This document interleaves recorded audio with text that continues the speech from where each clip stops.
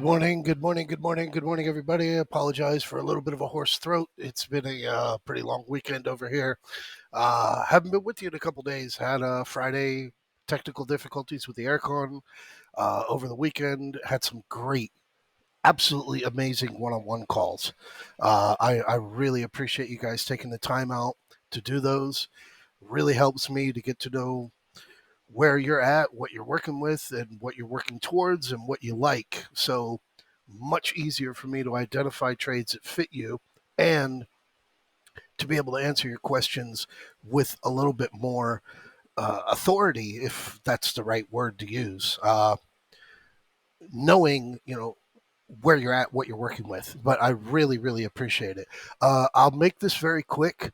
I did not do a weekend update because I was having some really strong thunderstorms and power outages on Sunday.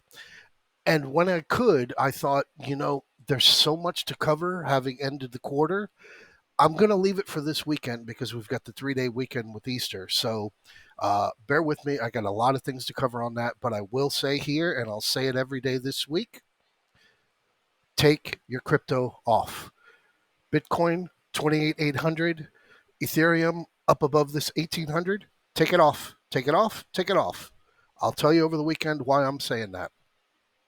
So, as we go into the start of the week, we have ended on Wednesday, Thursday, Friday with the algo fisting, an absolute dry fist of 3 green closes in a row.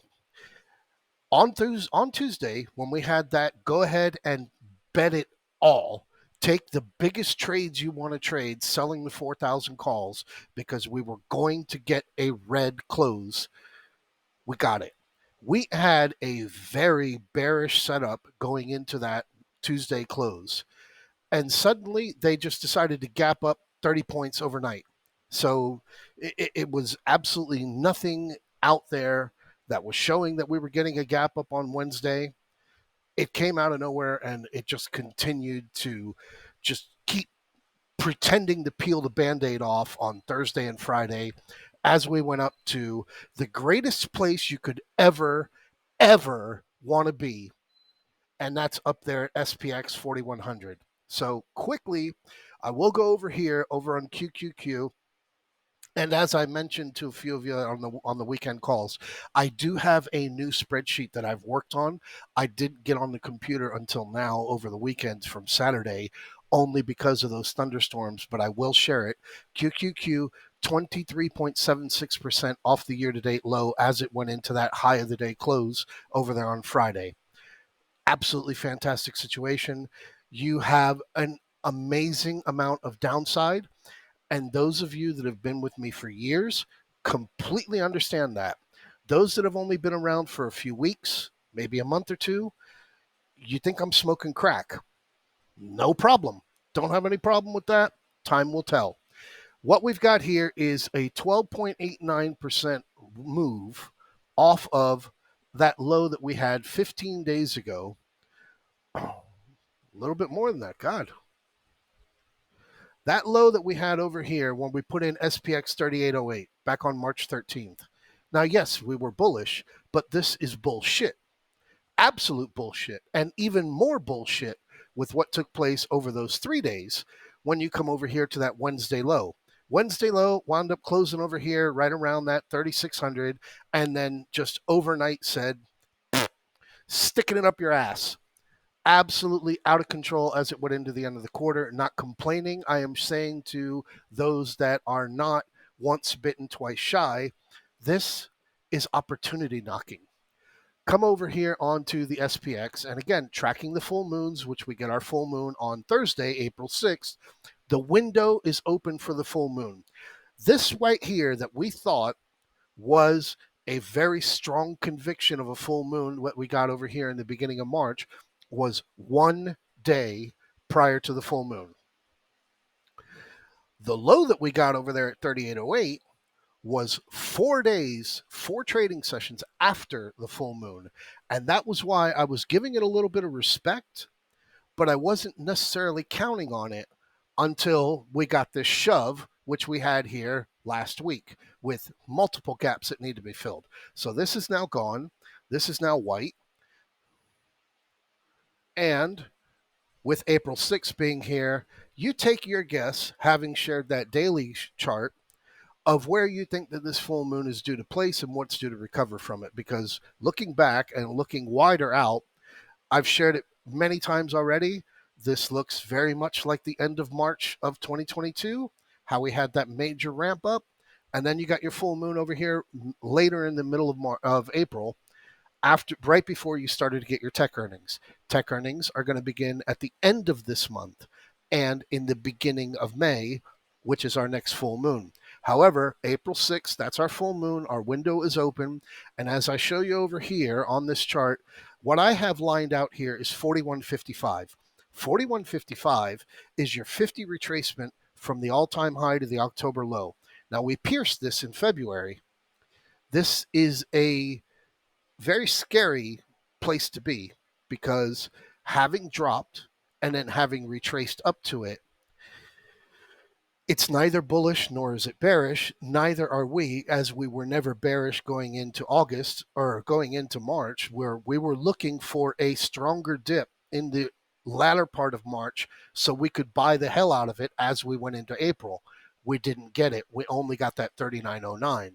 So this is the situation that we have now, where we are frothy, frothy, frothy with multiple overbought scenarios on very medium to large time frames, especially on the 1 hour, 2 hour, 4 hour, 6 hour, and it is showing on the daily charts. So careful. If you said last week, why didn't I get involved in calls all the time, as we only had 25-point range, 31-point range, 27-point range, and we were getting a 28-point gap up, 18, 19-point gap up. And then on Friday, we had a nothing gap up. And then later in the day, they decided to ramp it up to that 4,100. Markets open 252 days out of the year. We've made it through 62 so far. So you got 190 more of these to go until you get to the end of 2023. So coming on over into the spreads room, I have already posted the trade that I am aggressively involving myself with, because we have had 3 green closes. It's a risk play. It is not a guarantee play. It's a risk play. Buying the 415 calls, 4115 calls, selling the 4110 calls. It's a $2 credit as of now. Now, we closed at 4109.31. So from a data point of view, simply from data, 3 green closes, just like we had there on Tuesday last week. We only closed down 6 points. It's not that we need to close down 80 points. We need to have a massive sell-off, simply looking for a red close. Now, bringing it back, coming up to where we are, we have a very, very small gap, a very small gap at 4136.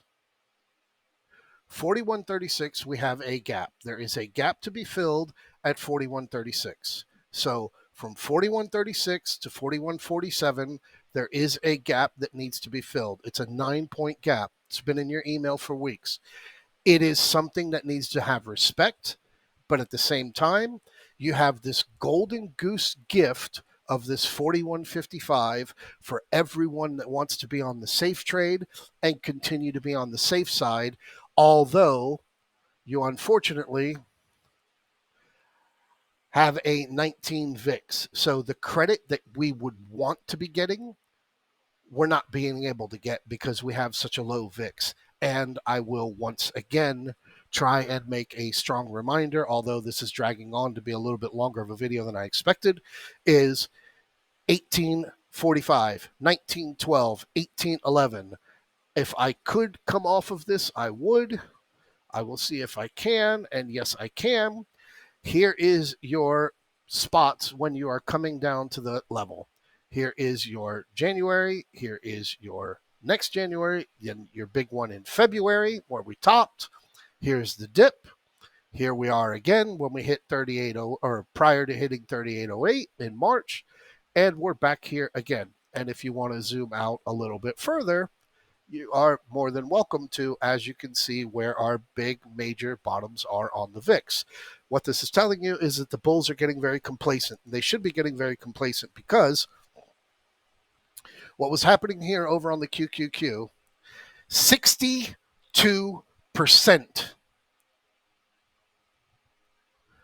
of the S&P's gains for Q1 are from 8 stocks. 51% is from just FANGMA: Facebook, Amazon, Apple, Microsoft, Google. 51%. Everything is comprised just into those 8 little stocks. So obviously heading into here, as you go into a very cautious approach with a very short week that has no news whatsoever other than the jobs report, which is going to be on the Friday. They have not announced whether it will come out on the Thursday or not, but Friday's a holiday, so it's not there. There is nothing out here on this week for news other than what I've already shared over there in the chat room, which came out in the alerts. If I posted it, no, I did not. I posted it in the chat room. And that was that. Where are you? I shared it someplace. I've got to go and have a look. But OPEC, there it is, here. OPEC has decided to cut 1.5 million barrels per day. They've made a voluntary cut. Crude is up 5% already on the day, and crude being up is taking away from your NASDAQ, which is taking away from your legs. So I greatly hope that you enjoy the beginning of the week. I apologize for taking too much of your time, but I will see you in the chat room, and I am very much looking forward to this being one of these kind of scenarios. We get, okay, let me bring you over here on SPX again. 5-day, 5-minute. 5-day, 15-minute makes it even more appropriate. We get one red 15-minute candle. Everybody's going to be like this. Now, it's Greenlee, the inbound, 11 to shoot. It's Torn, playing it out. With the start time, give it pass to Davis. 5 to shoot.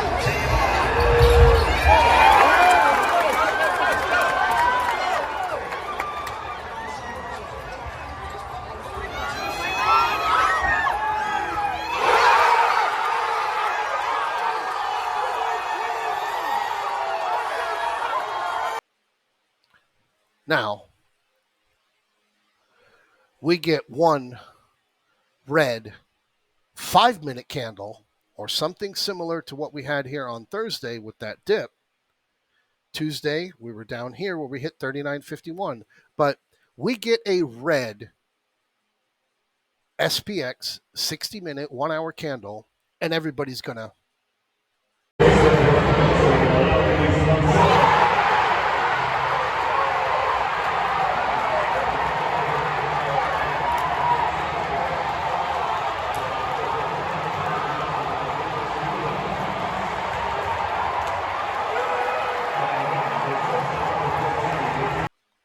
So 4032 is your main source for this week.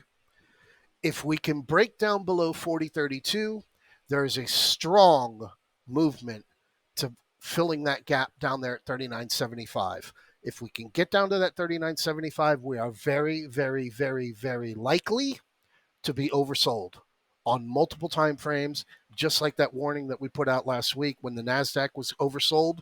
And I had every opportunity in the world to take those puts off for this week, fractionally green. My dumbass decided to hold on to them thinking, nah, they're not going to run this thing up. Lo and behold. See you guys in the chat room.